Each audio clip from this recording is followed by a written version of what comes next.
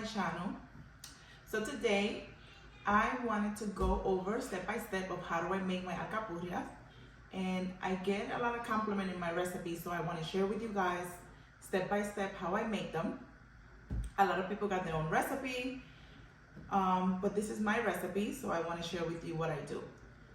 If you're new to my channel, please subscribe, hit the likes button, and let's get to it. So the first thing that I do is I get 7 to 8 packages of green banana. They have to be very green, not sweet. 7 to 8 of them. I use yautía lila. A lot of people like the white, but I love the lila. It gives it a good texture. So I use, if the yautía is big, I use 8 to 9. But if they're small, like in my case now, I put 2 together, make 1. So I'm roughly 8 to 10 yautias, right? And then I use 6 to 7 plátano verde. Make sure the plátano and the bananas are green. Nothing could be sweet. After I peel this and grain it, we're gonna season it, and I'm gonna show you that later. But I use black pepper, salt, and then I do the achote, which I'm gonna teach you how to take the color out of this later. Okay? Please don't forget to like and subscribe. Let's get to it. I'm gonna show you how to peel all this. So guys, after to peel my bananas, I come over to the sink. My water gets way too hot, so we gotta bring it down a little bit, but I use warm water. I fill this basket up.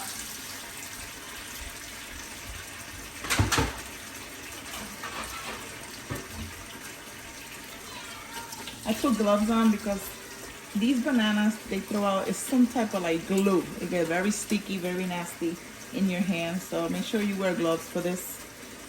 And after I'm here, I cut the top of them out. I take them out one at a time. And after you got them like this, loose from this, you cut the ends. And you just drop it in the hot water.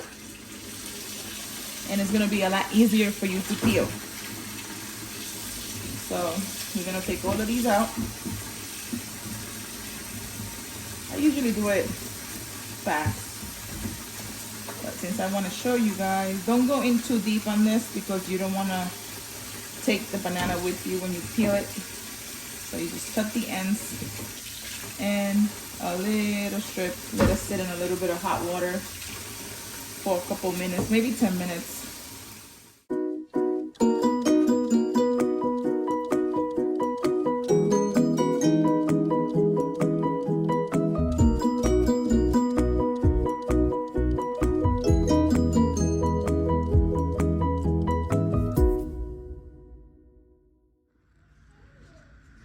Okay guys, so now that I have the verdura all cleaned up and diced up in pieces and all washed, I like to put it in the bucket.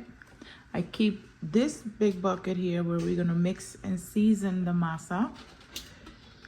And you cannot use a blender. You have to use a food processor. These two right here are like the best ones. I have 3 so I could finish quick because it's a lot, but these are the best ones. And don't mind my 2-year-old sweeping. Yeah, so these are good here. The Ninja, if you have one, do not use the blender, use the food processor part of it, and this is gonna work just fine. Okay, so I am going to speed through this and I'll get back to you guys soon.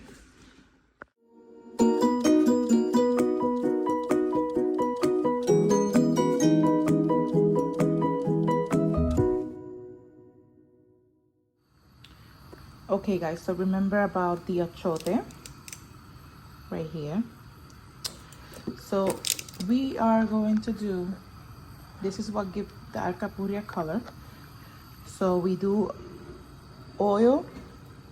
I don't need to do so much oil, but probably like a cup of oil, and like 1 cup of oil to 1 cup of the achote. and you let that come to a boil, and it should release all the color that we need. This gives it a nice color, and this is needed when you make pasteles, when you make alcapurria. So usually people season it with some garlic or whatever, but I like it to be just for color, no taste, because I'm not making arroz amarillo or nothing like that. So I let it sit, and I let it come to a boil, and then we strain it. We take all the seeds out, and we use the oil for coloring. Okay, so I'm gonna show you that in a few. Okay guys, so now that we blended and it's all here, you wanna have that consistency of pasty, right? And I'm gonna empty it out all there. And you want it to be, it's never gonna be like real smoothie. It's still gonna feel some kind of like little chunks in there, because it's a food processor, it's not a blender. But this is the consistency that you want to have, like that. You see? So it's not soft, it's not hard, it's like, you see, it's not watery, it's not like drippy. So this is the consistency you want, and we are gonna put it all in here, and we're gonna blend it up, and then we're gonna season it, and I'll let you see what that looks like later. Okay? Okay guys, so now that we went through all that and we grind all the masa, we're gonna season it. So you're gonna need some achote. I don't use a lot of achote because I don't like it greasy, but I have a cup here, and I go slowly until I see that it gets enough color. And then we're going to do salt and pepper. And salt, you gotta be careful. You could always add, but you can't take out. So you're gonna put salt and taste. Make sure it's not salty. So we're gonna put the salt, just enough. I have enough here to make probably 5 to 6 dozens of alcapurria. So we're gonna add some salt, put some gloves on. We're gonna drop the achote, right? And it should be like,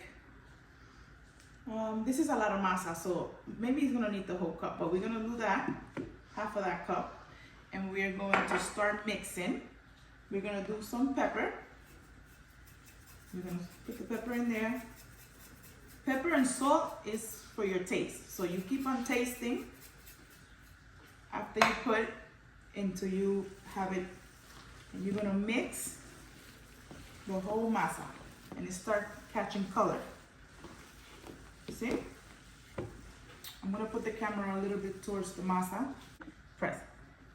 So we're mixing, and it's starting to catch color, right? But you're gonna get from the bottom on,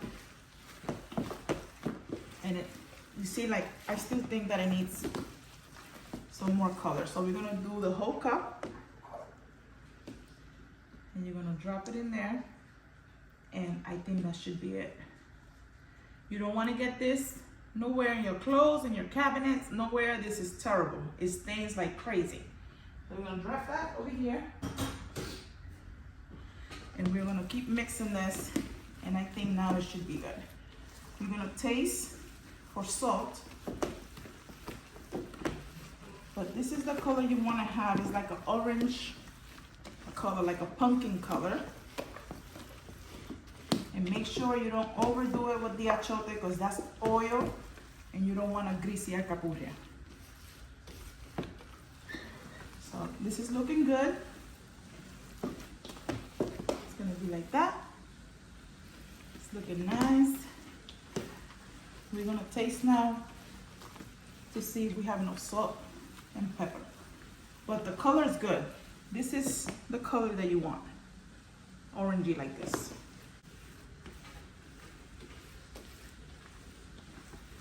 And this is what you want. That should be good. The color's nice. The salt is up to you. How much salt you want, how much salt you need. You could taste and decide for yourself. But this is it, the masa for the alcapurrias. Next, I'm gonna teach you how to put it together and how we make the meat. And that's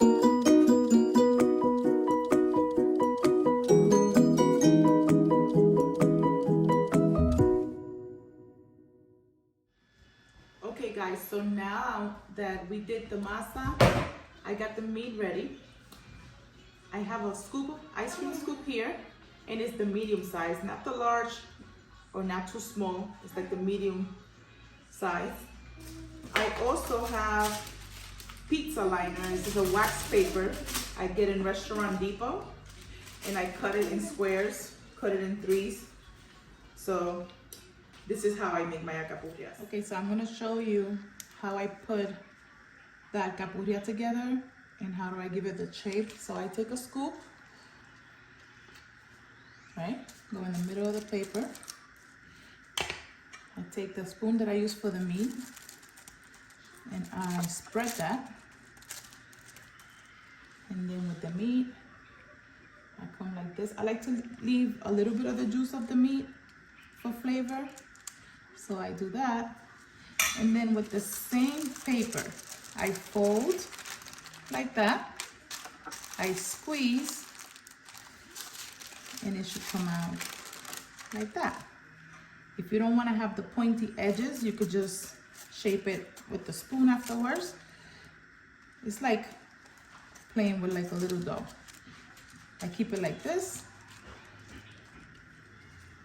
And this is how I make sure that there's no meat showing on both sides of the alcapurria. So you see there, you're showing meat. I go with the spoon, I grab a little more, and I just cover the whole alcapurria. Make sure the meat is inside, and the olives, and you just go over. So I like to do it sometimes with the same paper. It's a lot easier than the spoon. So I fold it, I give it a shape here. It's like making a pastel in hoja, but no hoja, right? And this is how I freeze them. So they come like this, and like that. No meat showing. I don't like to leave like a big like pointy edge, because if it gets too soft before you fry it, it will break on you. So I just make it like that, and that's like the perfect shape. And I just keep on going. I put them to the side, and that's about it. So I have one frying, and I'm gonna show you how that looks in a minute. But this is how I set up my alcapurrias, and I start shaping them from here.